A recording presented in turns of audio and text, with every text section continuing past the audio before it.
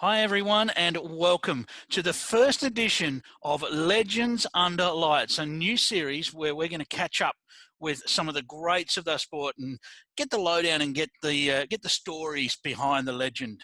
And it's all brought to you by Legacy Lighting, which is Bowls Australia's newest partner, and we're so pleased to have them on board. If you're at a club and you need some help with your lighting needs, just visit legacysportlighting.com and you can get all the details there.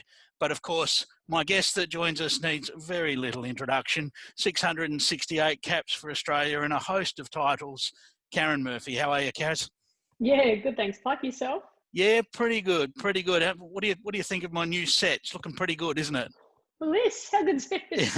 Looks really good. It's fantastic. Yeah, no, it's great. And, who better to start with than to get the legend yourself? Recently retired, of course. Doesn't seem so recent. It seems those final ends at the World Bowls Challenge seem a fair way away now, don't they? Yeah, they do. They do. It's been a weird sort of 12 months, I suppose. So, yeah, have really great fond memories of 𝘗𝘨 and Australia versus the rest of the world. And it does seems a world away at the moment. But, yeah, it was great fun. So life's a bit different for everyone at the moment, but how's life been for you since retiring from the Jackaroos? Obviously, you had a little bit of normality before we've obviously gone into COVID and so forth, but how's life treating you at the moment?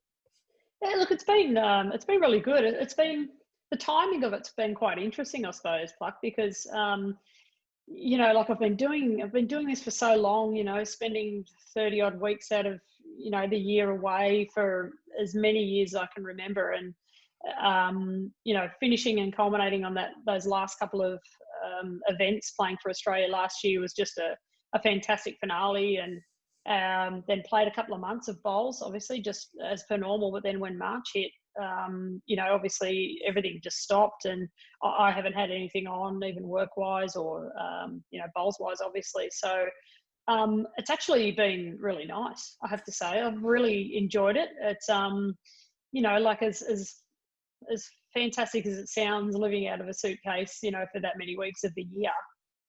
It's actually nice just to have a bit of routine, and it's something that's been quite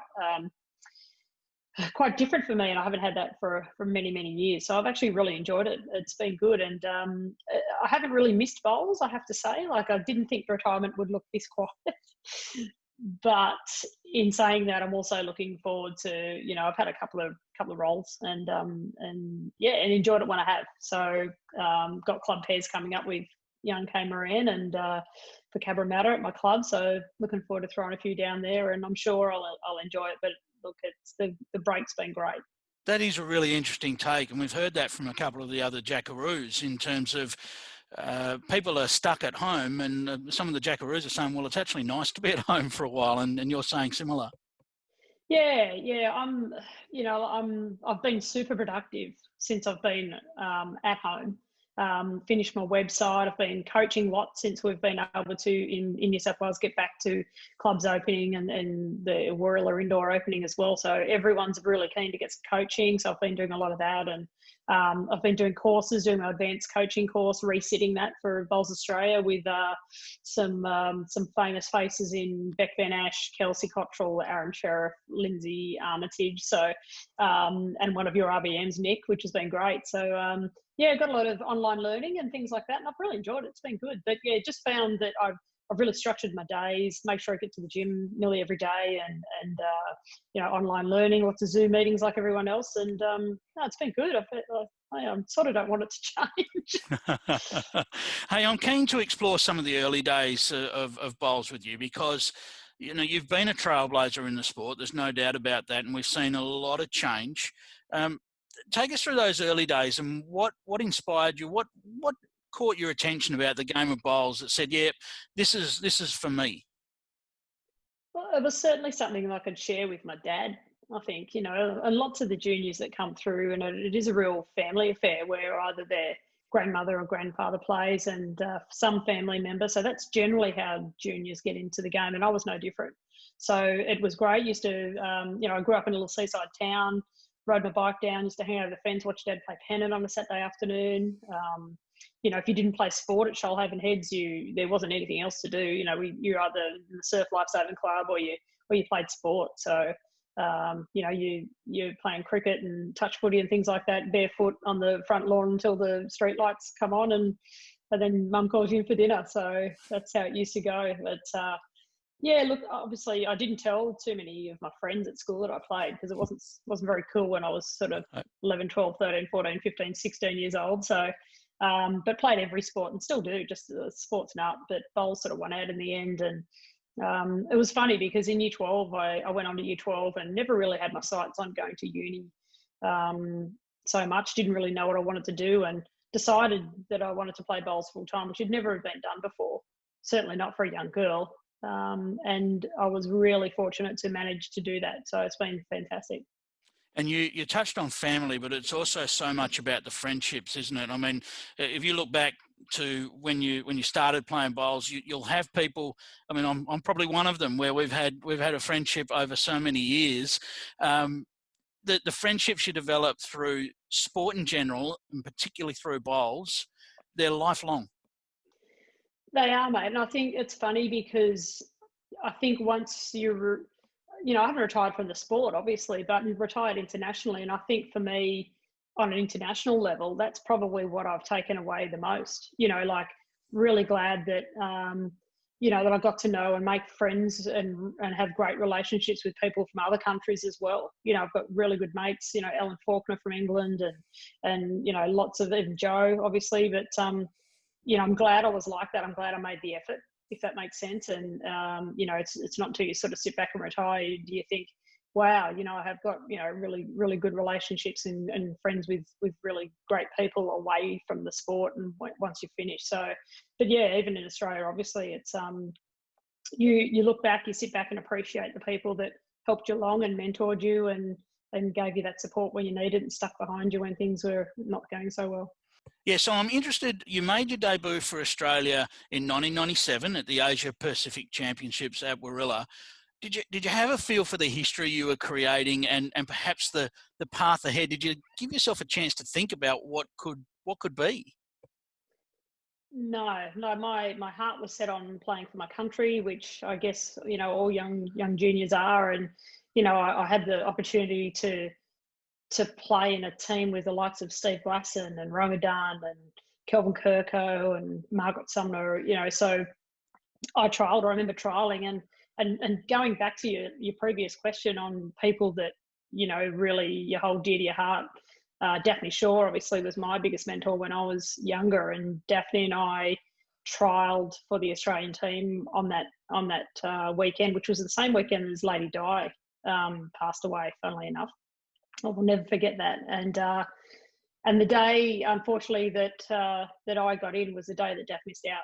And that was probably one of my saddest days and biggest regrets, that we never, ever got to play a game for Australia together. So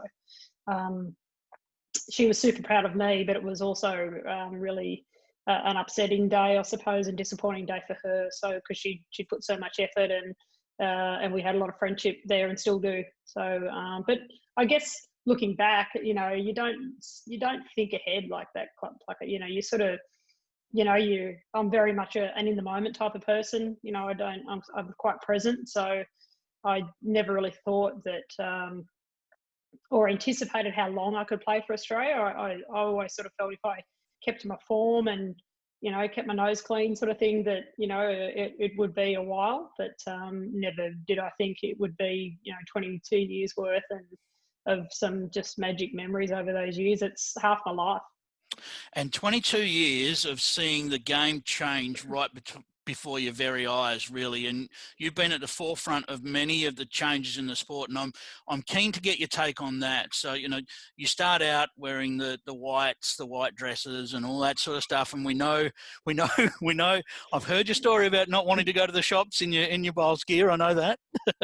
Yeah. But certainly we've come so far. I mean, the introduction of colour, the revolution of youth coming into the sport, BPL and fast formats, and then, of course, to culminate in the World Bowls Challenge. These changes that we've seen through the sport are phenomenal, and probably the most changes we'll ever see in the sport.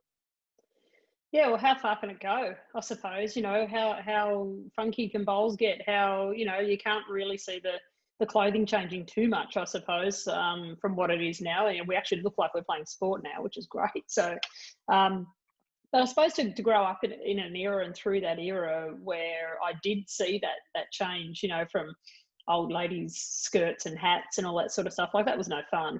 No, not when you're a teenager, and it was so stringent. It was so too many rules, and no wonder, looking back, no wonder it didn't attract any young girls to play, having to wear that get up and being so strict and stuff. So I fought on. I loved the sport. There was a lot of nice people, that ladies at my club at Shoalhaven Heads where I first started, and then people like Daff in the stateside. We won Australian titles together and things like that. Those sort of people outweighed the ones that were strict and that didn't really like young people playing, because there were a few of those too. So I remember when I first started playing, I had one lady ring up on the home phone because there was no mobiles back then, ring up on the home phone to my mum and dad's house and say, we don't want your daughter coming back to bowls, because they changed the constitution at 14 when I was 14 to 14 so I could join the ladies club, and she said, we don't want her playing with us.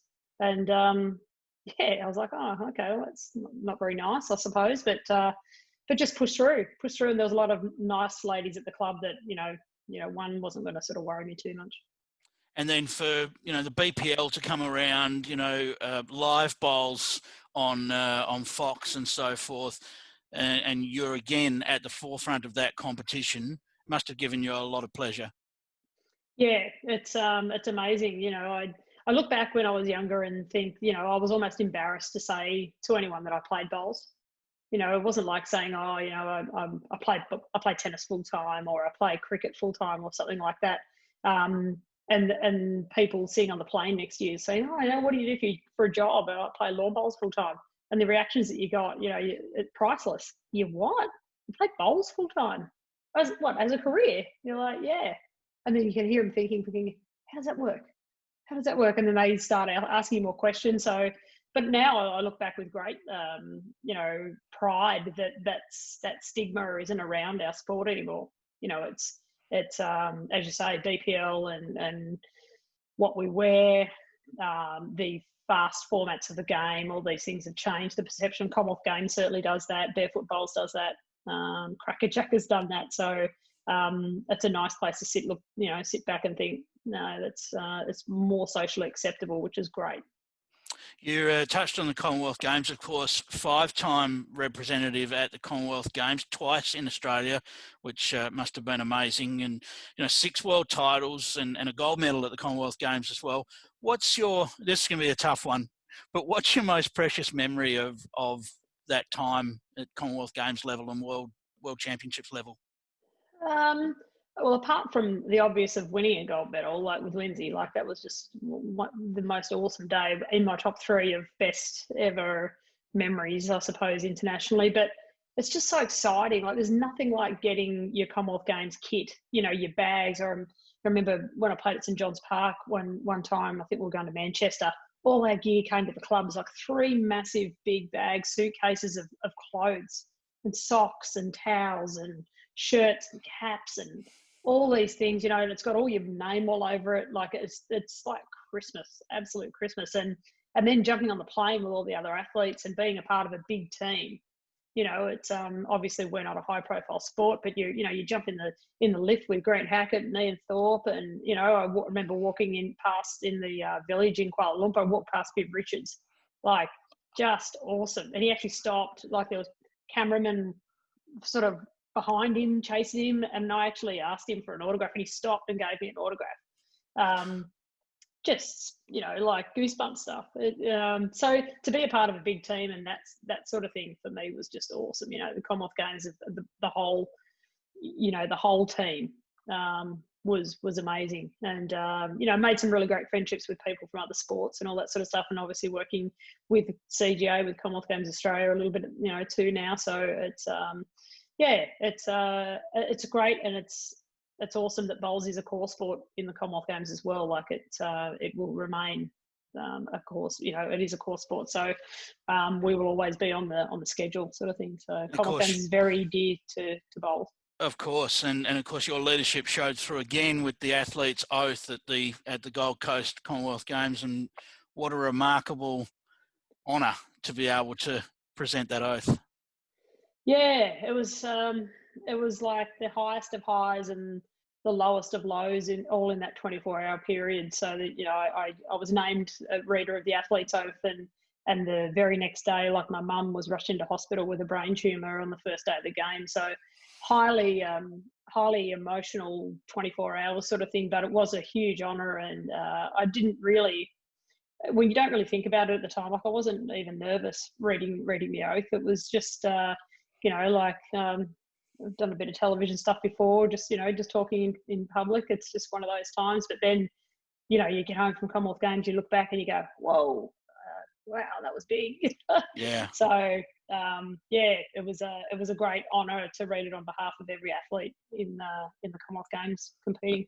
I tell you what, every time I watch that video of you trailing that Jack for the World Singles back-to-back title as well, every time I watch that video, Kaz, I get the goosebumps and the hair stands up on the back of the neck as you scream at that bowl to trail the Jack.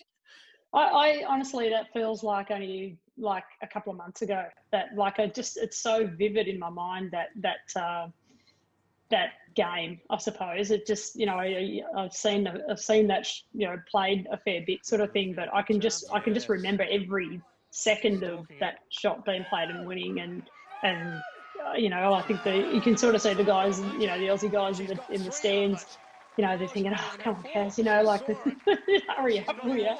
But you know, I don't think too many people saw it on, you know, until she sort of touched my bowl back past the Jack, and it was almost like, right, as soon as she hit that, I couldn't get to the mat quick enough. It was yeah, one hand that I just had felt so confident on out of all the four hands. It couldn't have been better for me, for my forehand. And as soon as I let it go, I would normally run after it if I like it, but I didn't. I actually stopped and just got down and sort of stalked it and stopped. And then as soon as I saw it turning, it was almost like I knew I'd had it as soon as it left my hand. It was really weird. I know that sounds stupid, but I was that confident on that hand to do it. So wow, it's sometimes they come off, don't they, mate? And yeah, absolutely. Sometimes they don't. You've also left your mark off the green as well. So your role with World Bowls, you were the Asia Oceania director there for World Bowls. And why was it important for you to get involved at that level?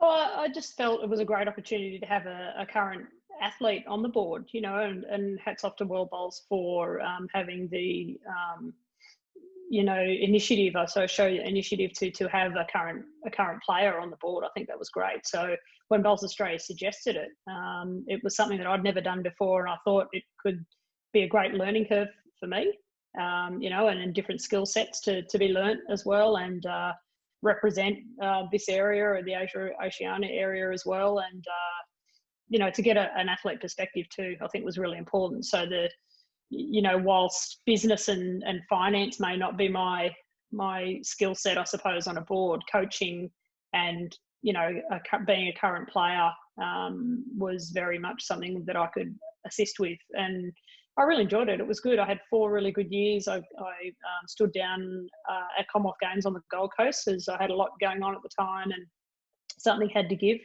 but really enjoyed it, and I benefited from that experience, you know, from an education point of view greatly. It was a great experience. I want to talk about your coaching as well, because it's a big part of your life now, is the coaching side of things, and it's so fantastic to have someone of your stature in the sport giving back to players, and it's obviously something you're very passionate about. Yeah, I've been doing it for a while now too, and I can tell you how it started. I suppose when I missed out on Delhi Commonwealth Games in 2010. So Norm Carmichael, do you remember Norm from Tweed Heads? Norm used to sit in the corner, used to watch me play the indoor for a year. He was the one that came up with the idea. He said, you should go and do coaching clinics, you know. Like, he said, oh, it'd be really good, you know, and teach people how to play, and you could travel around, all that sort of stuff. And with the disappointment of missing the team, you know, it actually gave me something exciting to, sink my teeth into, sort of thing. And it's just evolved from there. So Karen Murphy Bowls Clinics was born, and but also the passion to help people be the best they want to be was something that I really enjoy it. It's great. I've actually just in the last couple of hours, I've just come back from coaching these 2 local ladies, and got to make it fun. You've got to make it achievable, and just help them along their way. And if they go away really excited and motivated, then my job's been done. Give us a tip. Give us a tip that what's one tip you can give to bowlers that are out there and saying, well, I just want to take my game to another level, whatever that level might be for them at the moment. What's your tip?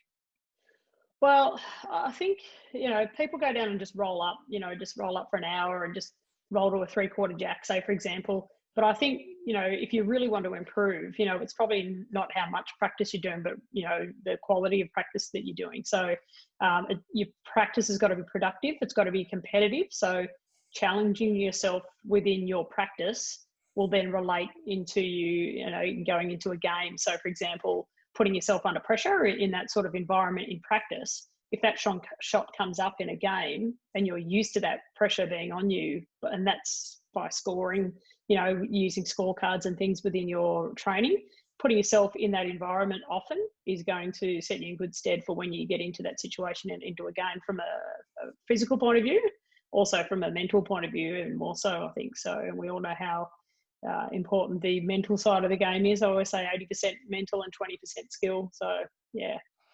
All right. Well, we know this segment's being presented by Legacy Lighting. What's the Karen Murphy legacy in the sport of bowls? How do you want to be remembered? How did Karen Murphy go about it?